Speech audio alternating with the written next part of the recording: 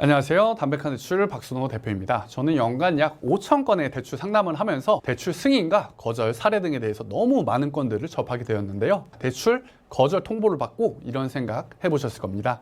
아니 도대체 왜 안 되는 거지? 나는 신용 점수도 나쁘지 않고 소득도 꾸준히 있는데 왜 거절이 나는지 도대체 뭐가 문제야? 이렇게 생각하실 텐데요.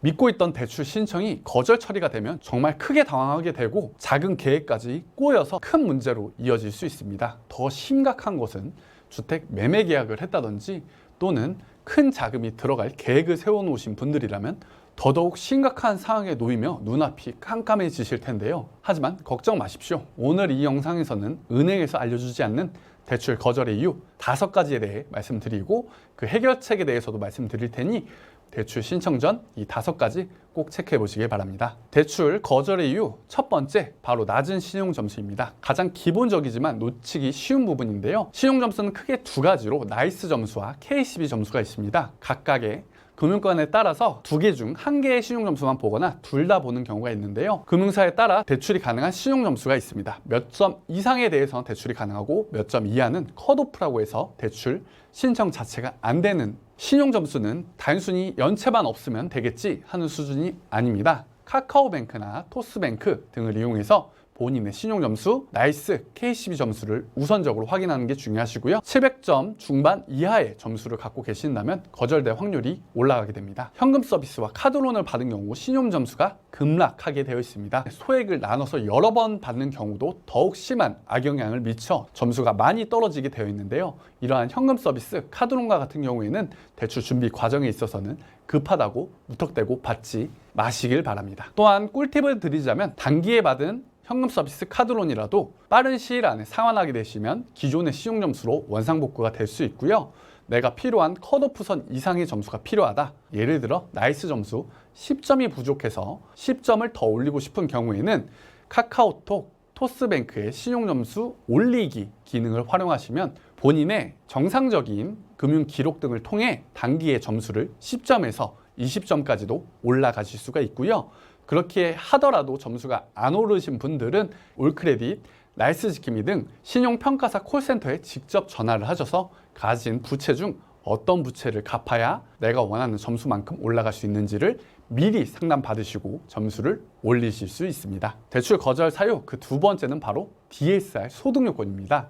과거에는 소득요건 없이 대출이 되던 시대가 있었는데요. 최근에는 부동산 담보대출, 주담대를 받기 위해선 DSR 요건이 필수가 되었습니다. 총부채 원리금 상환 비율인데요. 1금융권은 40% 요건, 보험사는 50% 요건 미만이 되셔야 대출이 가능합니다.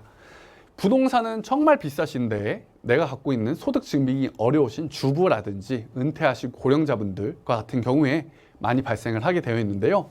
DSR 소득 요건에 대해 팁을 하나 드리면 현재 소득이 없거나 너무 낮으신 무직자 사업자분들이라도 추정소득을 이용할 수 있습니다. 월 건강보험료를 15만 5천 원 이상 내시거나 연간 카드 사용액, 신용카드, 직불카드 합산해서 2,400만 원 이상 정도를 사용하시면 최대한도 5천만 원까지 5천만 원 소득자로 인정받을 수 있기 때문에 소득 인정이 어려우신 분들은 이러한 추정소득 유리하신 걸로 활용해 보시길 바랍니다. 3번째, 잘못된 소득 인식입니다. 보통 사업자분들이나 자영업자분들이 가장 많이 오해를 하고 계신데요. 월 매출이 1억, 연 매출이 10억 하시는 분들은 많이들 착각하시는 부분이 총 매출인 수입 금액을 본인의 높은 소득이라고 생각하시는 겁니다. 연에 나는 10억의 매출 혹은 연에 1, 2억의 매출이 있어서 소득이 1, 2억이라고 생각하시는 거죠.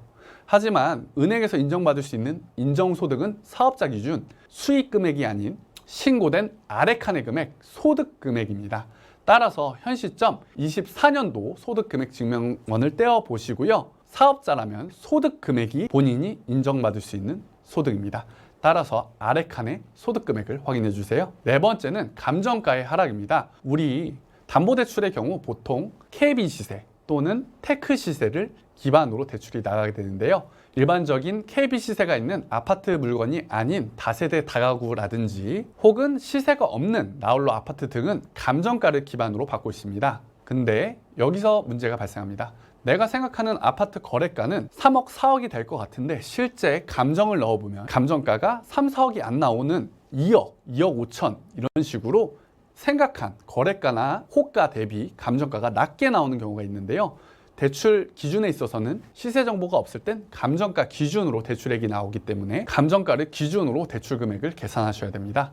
여기서 꿀팁을 드리자면 금융기관별 평가하는 감정평가사가 다르기 때문에 같은 물건이라도 감정평가가 높게 나오는 은행을 찾아서 대출을 진행하시는 방법도 있을 수 있습니다. 마지막 5번째 거절 사유는 대출의 목적이 불명확한 경우입니다. 특히 사업자 대출이나 목적성 대출의 경우에는 대출 자금의 사용 목적이 불명확하면 대출 거절을 받으실 수 있습니다. 예를 들어 사업 운영 자금과 같은 경우에는 운영 자금 목적 혹은 인건비, 시설비 투자 등은 가능하지만 주식 투자, 부동산 투자 혹은 코인 투자 등 사업자 대출을 투자 목적으로 활용하시면 대출 거절 또는 대출 전액 상환 조치, 페널티를 받으실 수 있습니다. 따라서 승인을 받기 위해 자금 목적 계획서를 세우시거나 자금을 활용한 용도 증빙 제출을 정확하게 완료하시는 게 중요합니다. 그렇다면 어떤 식으로 해야 대출 승인을 올리실 수 있을까요? 첫 번째는 신용 점수 관리입니다. 연체, 현금 서비스 카드로는 사용하지 않는 게 좋고요.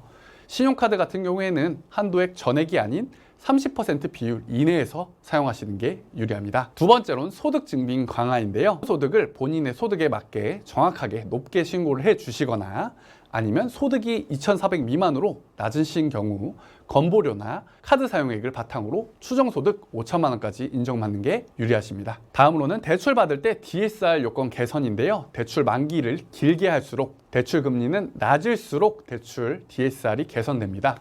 따라서 대출을 받을 때 만기는 최장으로 대출 금리는 최저금리인 금융사에서 대출받는 게 유리하십니다. 마지막으로는 본인 상황에 맞는 대출을 이용하는 건데요. 주택담보대출도 1금융권뿐만 아니라 DSR 요건이 완화된 50% DSR 요건의 보험사를 이용한다든지 본인이 사업자 목적의 사업자 대출이 필요하다면 일반 사업자 대출, 상호금융, 새마을신협, 농협이나 한도가 더 필요하시다면 저축은행, 캐피탈의 상품 등 본인에게 딱 맞는 최적의 상품에 최적의 금리로 대출받는 것이 중요할 것 같습니다. 마무리 드릴 텐데요. 대출이 거절 처리됐다고 너무 상심할 필요는 없으실 것 같습니다.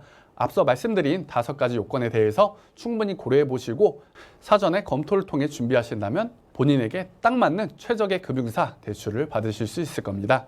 대출에 대해서 더 궁금하시거나 질문이 있으신 분들은 우측 상단에 박순호 대표 연락처로 직접 연락을 주시거나 카카오톡 채널 담백한 대출 카카오톡 문의 주시면 저 박순호 대표가 직접 정확하고 친절한 상담 드리도록 하겠습니다. 오늘도 시청해 주셔서 감사합니다.